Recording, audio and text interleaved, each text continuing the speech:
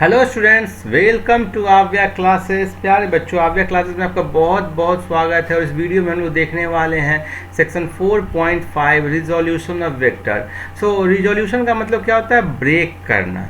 सो vectors को उसके different parts में ब्रेक करना, तोड़ना ही हो गया रिजोल्यूशन। अब वेक्टर्स को तोड़ना, ब्रेक करना, इसका मतलब क्या है? सो उसको हम लोग पहले समझेंगे। सपोज करो कि कोई एक वेक्टर ए है जो ऐसे दिखाया गया है, कैपिटल ए वेक्टर है। क्लियर है? अब आपको एक वेक्टर इधर तरफ ऐसे है जिसको आप स्मॉल ए से डिनोट कर रहे हो, और दूसरा वेक्टर एक ऐसे है, ऐसे नहीं ऐसे बोलो, जिसको आप स्मॉल बी से डिनोट कर रहे हो। सो इसको आपको ब्रेक करने के लिए triangle law of vector addition से जानते हो आप कि दिस प्लस दिस मीन्स कि ये वाला पार्ट, इसको O बोलो तो OP और PQ। सो आप triangle law of vector addition से बोल सकते हो कि vector OP plus vector PQ is equal to vector OQ is equal to A vector के। क्लियर है? सो ये वाला वेक्टर यदि इसका आपको मैग्नीट्यूड, इसका मैग्नीट्यूड यदि वेक्टर है और इसका मैग्नीट्यूड यदि A है, तो इसके इस वेक्टर में यदि लैम्डा टाइम्स या कोई भी टाइम्स मल्टीप्लाई कर दिया, लैम्डा एक रैंडम नंबर बोला मैं, कुछ भी हो सकता है। सो लैम्डा A कर दिए तो ये इतना लंबा हो गया, और इसमें जोड़ दिए ये वाला जो वेक्टर है, ये इसके पैरेलल वेक्टर है, लेकिन केवल मैग्नीट्यूड इसका बढ़ गया है, तो आप इसको म्यू इंटू बी बोल दिए, जहां लैम्डा और म्यू भी नॉट इक्वल टू 0 है और लैम्डा भी नॉट इक्वल टू 0 है। ठीक है? तो ये कर दिए, तो फाइनली ये ट्रायंगल लॉ से इसको सेटिस्फाई कर दिया। मीन्स कि आप बोल दिए कि वेक्टर जो कैपिटल ए है उसको दो कंपोनेंट में आपने ब्रेक कर दिया, एक वेक्टर ए में और एक वेक्टर बी में। ये दोनों आपको छोटे छोटे वेक्टर्स हैं, तो दो पार्ट में ब्रेक कर दिया। तो यही सारी बातें लिखी गई है। देखो, vector a can be expressed as a sum of two vectors. ध्यान दो कि ये जो प्लेनर वेक्टर्स होते हैं, प्लेनर वेक्टर के केस में ब्रेक करना बहुत आसान है। 3 डायमेंशनल में भी ब्रेक हो जाता है, लेकिन प्लेनर में आप आसानी से इसको विजुलाइज कर लिए। सो 2 वेक्टर्स में हुआ, एक ऑब्टेंड हुआ multiplying a by real number and another obtained by multiplying b by another real number. So यहाँ पर लिखा गया है vector a is equal to, देखो इस फिगर से दिखाया गया, इस फिगर को देख करके आप समझ जाओगे। वेक्टर ए हो गया, किसके है? OP के इक्वल है, और OP को किया lambda A. So vector A जो है वो पैरेलल में है इसके। देखो वेक्टर ए इसके पैरेलल में है। सो वेक्टर ए को लैम्डा से मल्टीप्लाई कर दिया और इसमें जोड़ दिया vector mu b. So vector b को म्यू से मल्टीप्लाई कर दिया, जोड़ दिया, तो ट्रायंगल लॉ से हो गया।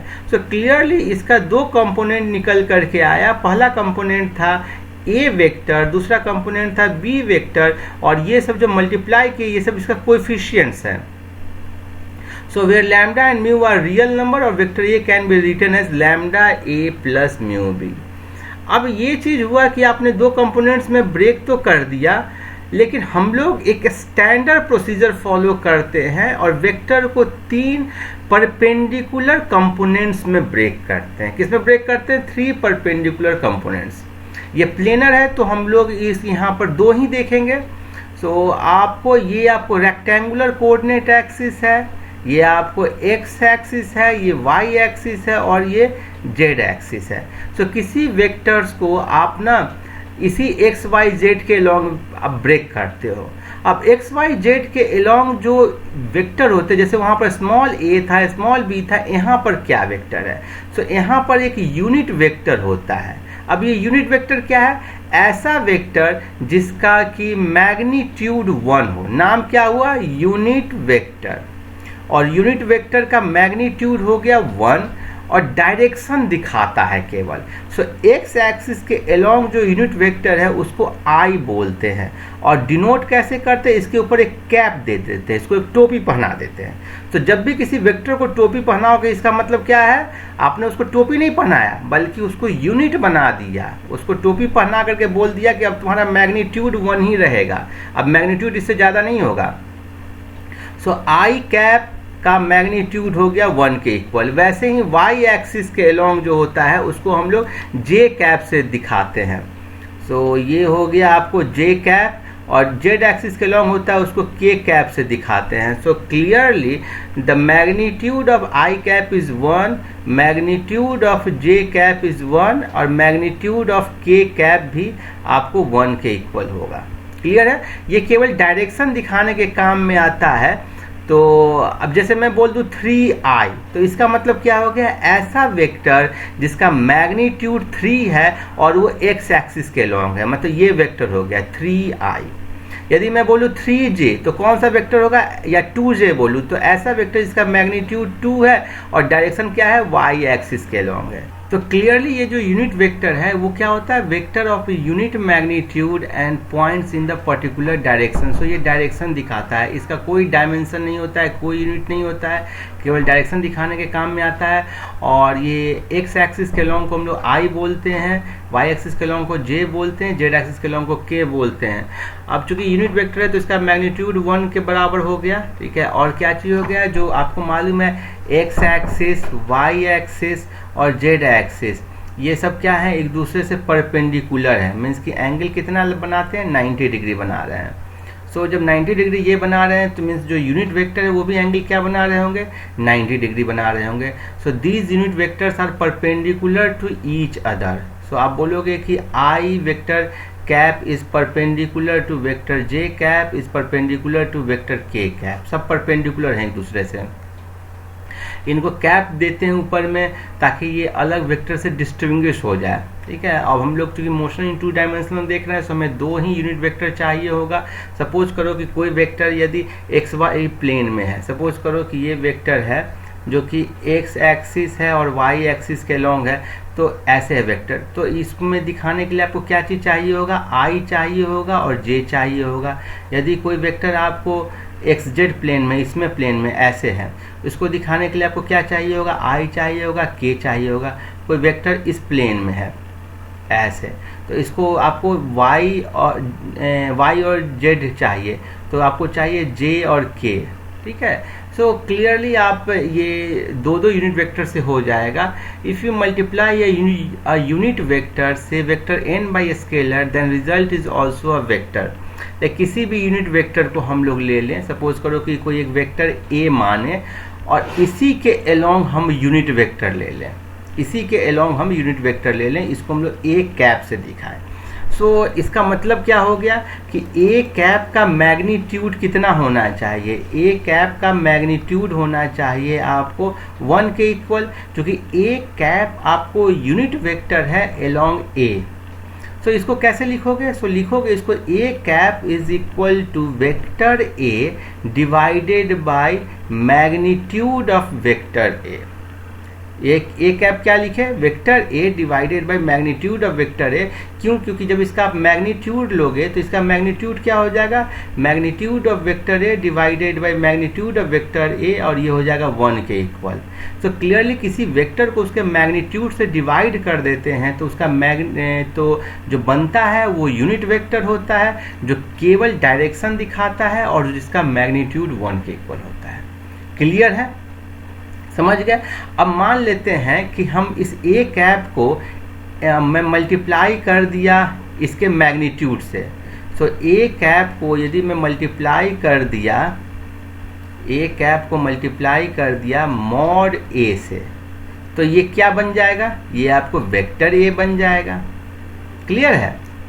देखो यदि तुमको समझने में थोड़ा भी दिक्कत है मैं तो फिर से बता देता हूँ। आपको मालूम है कि ए कैप होता है vector a divided bye mod of vector A. So vector A हो जाएगा mod of vector A into A cap. Means कि इस ये ए कैप इसका डायरेक्शन दिखा दिया और ये पार्ट मैग्नीट्यूड दिखा दिया। सो यही चीज़ें यहाँ पर लिखी गई है, यहाँ पर इसको एन कैप से दिखाया है। क्लियर है। अब देखो कि रिजोल्यूशन ऑफ किसी वेक्टर इनटू कंपोनेंट्स आई जे में कैसे करते हैं उसको समझते हैं। उससे पहले मैं इसको इरेज कर देता हूँ। तो सपोज करो कि यहाँ पर एक्स वाई प्लेन है और इसमें ये वेक्टर ए है। सो जो एक्स एक्सिस के अलॉन्ग रहेगा उसको हम लोग ए एक्स से डिनोट करेंगे। किससे डिनोट करेंगे? ए एक्स से। और जो वाई एक्सिस के अलॉन्ग रहेगा उसको हम लोग किससे डिनोट करेंगे? ए वाई से। वैसे ही जो जेड एक्सिस के अलॉन्ग रहेगा उसको हम लोग किससे डिनोट करेंगे? ए जेड से। मीन्स कि वेक्टर ए को हम लोग बोलेंगे ए एक्स, जो एक्स एक्सिस के कंपोनेंट है, और उसको हम लोग किससे मल्टीप्लाई करेंगे या क्या देंगे? आई से मल्टीप्लाई देंगे। ए एक्स दिखा रहा है मैग्नीट्यूड और आई दिखा रहा है डायरेक्शन। लाइक यदि वेक्टर ए यही है तो वेक्टर ये बनाने के लिए ये वाला हो गया ए एक्स, इस अलॉन्ग डायरेक्शन हो गया आई, प्लस ये क्या हो जाएगा? इसके अलॉन्ग डायरेक्शन हो गया जे, और मैग्नीट्यूड क्या हो गया? A Y. So A x I plus a Y जे हो गया ए के इक्वल। समझे या नहीं समझे? आपको किसी वेक्टर का मैग्नीट्यूड देना है और डायरेक्शन देना है, तो डायरेक्शन इस यूनिट वेक्टर से आ जा रहा है क्योंकि कैप लगा दिए हो, और मैग्नीट्यूड इससे आ गया।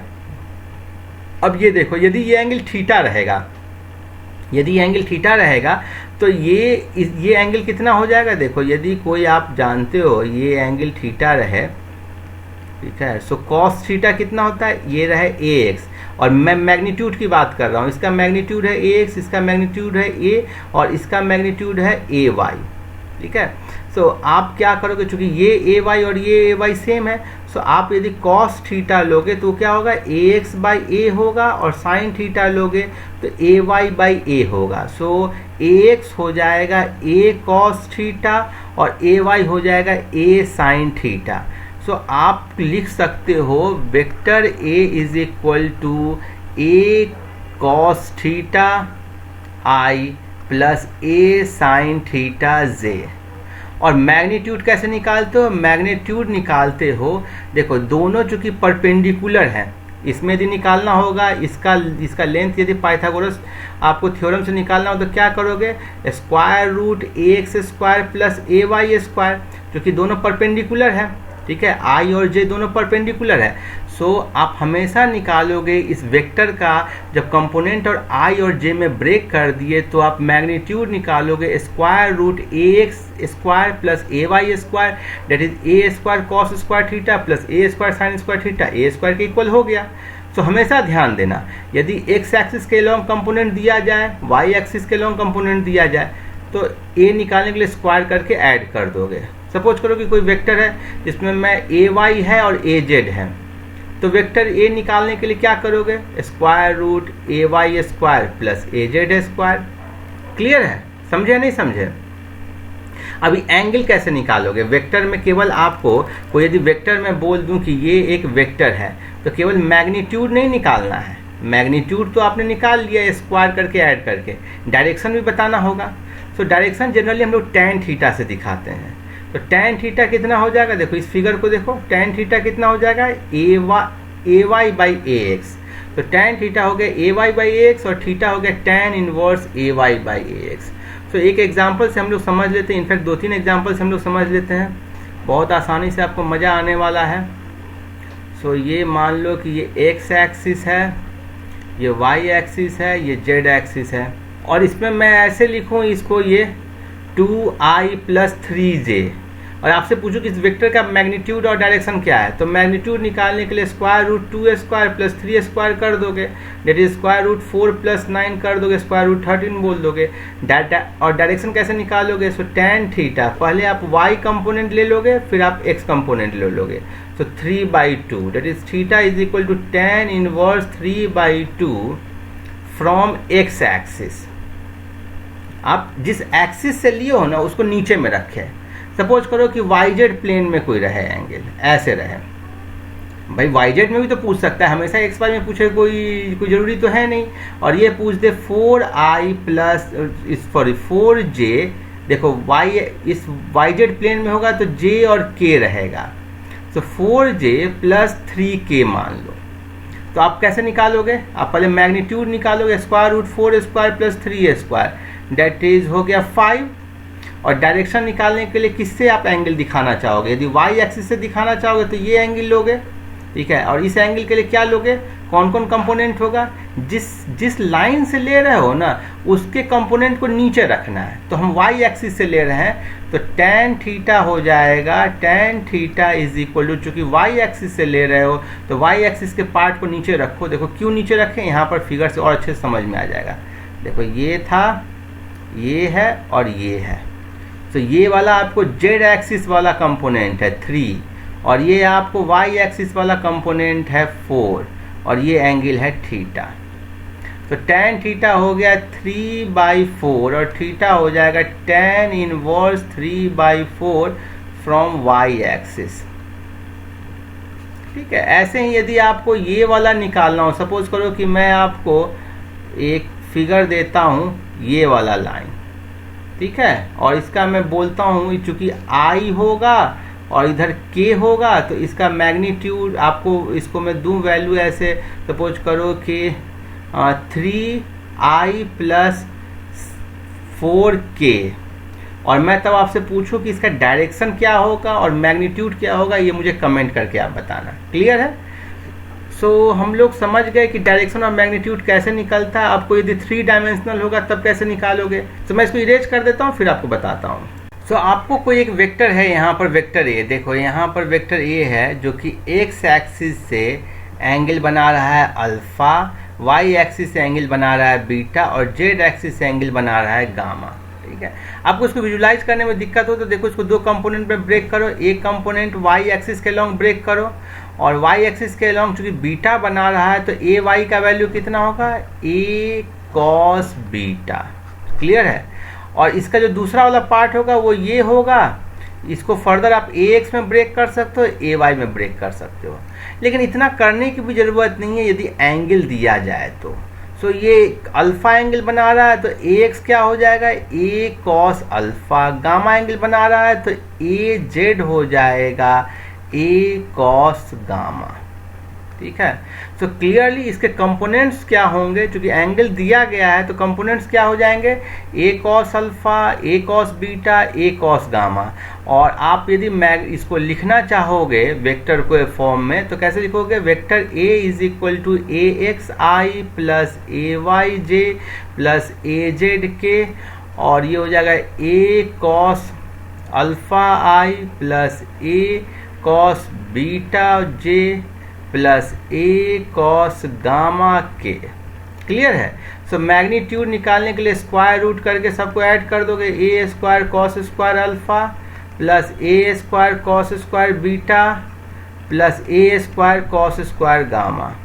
ये सब स्क्वायर रूट के अंदर में ही है, बाहर मत मान लेना। ठीक है, और कोई पोजीशन वेक्टर को यदि निकालना हो, ठीक है, r को आप पोजीशन वेक्टर बोलते हो, जैसे यहाँ पर मैं बोल दिया कोई एक है r, इसका ये पोजीशन वेक्टर है, तो कैसे निकालोगे, ये आपको जनरली इसका कोऑर्डिनेट दिया जाता है x y z। तो x y z दिया जाता है तो इसका मतलब क्या हो गया, वेक्टर r या पोजीशन वेक्टर हुआ x i plus y j plus z के। क्लियर है? तो यही सारी बातें थी। अब इस पर हम लोग एक ना नीट का प्रॉब्लम देख लेते हैं। अच्छा कंसेप्चुअल प्रॉब्लम है, आपको मजा आएगा वो प्रॉब्लम सॉल्व करके। देखो ये प्रॉब्लम बोल रहा है कि if a unit vector is represented by 0.5i minus 0.8j plus ck, तो आपको c का वैल्यू निकालना है। पहला चीज बोल रहा है कि ये यूनिट वेक्टर है। यूनिट वेक्टर होने का मतलब क्या है, इसका मैग्नीट्यूड कितना होगा, 1 के इक्वल होगा। सो आप इसका मॉड ले लोगे और उसको 1 के इक्वल कर दो। सो 0.5 का whole square plus 0.8 minus sine का होल स्क्वायर, माइनस को लेने का मतलब नहीं है चूंकि माइनस का स्क्वायर प्लस ही हो जाता है, plus c square is equal to 1 is equal to हो जाएगा 0.25 plus 0.64 plus c square is equal to 1, और सी स्क्वायर हो गया 1 माइनस, इन दोनों को जोड़ दोगे तो कितना हो जाएगा, इधर ले आते 0.25 माइनस 0.64 इट इज़ 1 माइनस ये क्या हो गया 9 और 6 और 2 8 89 0.89 दैट इज 0.11। क्लियर है? अब इसको आप c को लोगे तो c हो जाएगा स्क्वायर रूट 0.11। सो इनफैक्ट ये प्लस माइनस हो जाना चाहिए था। सो आप c का वैल्यू या तो प्लस 0.11 1 1, ये आंसर दिया गया, सो आंसर इसका बी हो जाएगा।